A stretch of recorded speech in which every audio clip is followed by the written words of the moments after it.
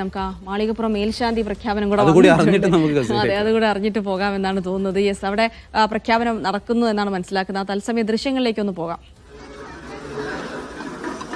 Yes, MG Manu നമ്പൂതിരിയാണ് Malikappuram മേൽശാന്തിയായി തെരഞ്ഞെടുക്കപ്പെട്ടിട്ടുള്ളത് എന്നുള്ള വിവരങ്ങൾ കൂടിയാണ് വരുന്നത്. അപ്പോൾ ശബരിമല മേൽശാന്തിയായിട്ട് പ്രസാദ് ഇടിയും മാളികപ്പുറം മേൽശാന്തിയായി മനു MG മനു.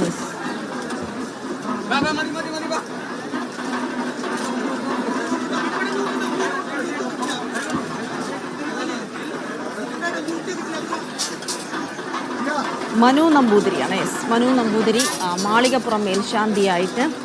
അങ്ങനെ രണ്ട് മേൽശാന്തി നറുക്കെടുപ്പുകളും വളരെ വിജയകരമായി തന്നെ വളരെ സുതാര്യമായി തന്നെ സന്നിധാനത്ത് വെച്ച് പൂർത്തിയാക്കിയിരിക്കുന്നു എന്നുള്ളതാണ്. MG മനു നമ്പൂതിരി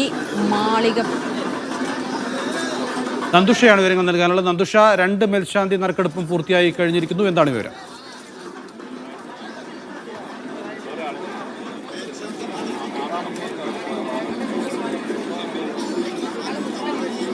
നന്ദുഷ, കേൾക്കാമെങ്കിൽ രണ്ട് മേൽശാന്തി തെരഞ്ഞെടുപ്പും പൂർത്തിയായിരിക്കുന്നു. പ്രസാദ് VD തൃശ്ശൂർകാരനാണ്, നമ്മൾ അറിഞ്ഞു. മനു കൊല്ലം മയ്യനാട് സ്വദേശിയാണല്ലേ? എന്താണ് ബാക്കി വിവരങ്ങൾ? ചാലക്കുടി സ്വദേശിയാണ് അദ്ദേഹമായിരിക്കും മേൽശാന്തി ആവുക. ഇപ്പോൾ ഏറ്റവും ഒടുവിൽ കേൾക്കാം നൗഫൽ.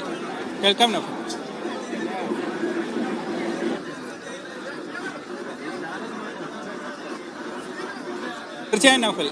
അതേ നൗഫൽ, ശ്രീ മനു നമ്പൂതിരി കൊല്ലം സ്വദേശിയാണ്. അദ്ദേഹമാണ് ഇപ്പോൾ മാളികപ്പുറത്തെ മേൽശാന്തിയായി തെരഞ്ഞെടുക്കപ്പെട്ടിരിക്കുന്നത്. 8ാമത്തെ നറുക്കിലാണ് അദ്ദേഹത്തിന് ശബരിമലയിലെ മാളികപ്പുറം ക്ഷേത്രത്തിൻ്റെ മേൽശാന്തി ആവാനുള്ള അവസരം ലഭിച്ചിരിക്കുന്നത്. ആകെ 13 പേരായിരുന്നു മാളികപ്പുറത്തെ മേൽശാന്തി പട്ടികയിൽ ഉൾപ്പെട്ടിരുന്നത്. അതിൽ 9ാം നമ്പർ പേരുകാരനായിരുന്നു മനു നമ്പൂതിരി. ഏതായാലും അദ്ദേഹം 8ാമത്തെ നറുക്കിൽ തിരഞ്ഞെടുക്കപ്പെട്ടിട്ടുണ്ട്. ഇത്തവണത്തെ നറുക്കെടുപ്പിലെ ഏറ്റവും കൗതുകമുണർത്തുന്ന ഒരു കാര്യം, ശബരിമല മേൽശാന്തി തെരഞ്ഞെടുപ്പിലും 8ാമത്തെ നറുക്കിലാണ് മേൽശാന്തിയുടെ പേര് വീണത്. അതുപോലെ തന്നെ മാളികപ്പുറത്തും 8ാമത്തെ നറുക്കിൽ തന്നെയാണ് ആ പേര് വീണത് എന്നുള്ളത് വളരെ വലിയൊരു അത്ഭുതം അല്ലെങ്കിൽ ഒരു അതിശയിപ്പിക്കുന്ന കാര്യം തന്നെയാണ്. 8ാമത്തെ നറുക്കിലാണ് രണ്ട് ഭാഗ്യവാന്മാരെയും അടുത്ത ഒരു വർഷക്കാലം പുറപ്പെടാശാന്തിയായി മാളികപ്പുറത്തെയും ശബരിമലയിലെയും മൂർത്തികളെ പൂജിക്കാനുള്ള ഒരു വലിയൊരു അവസരമാണ് രണ്ട് മേൽശാന്തിമാർക്കും കൈവന്നിട്ടുള്ളത്. ആദ്യത്തെ പേരുകാരൻ പ്രസാദ് ഇടി തൃശ്ശൂരുകാരനായിരുന്നു.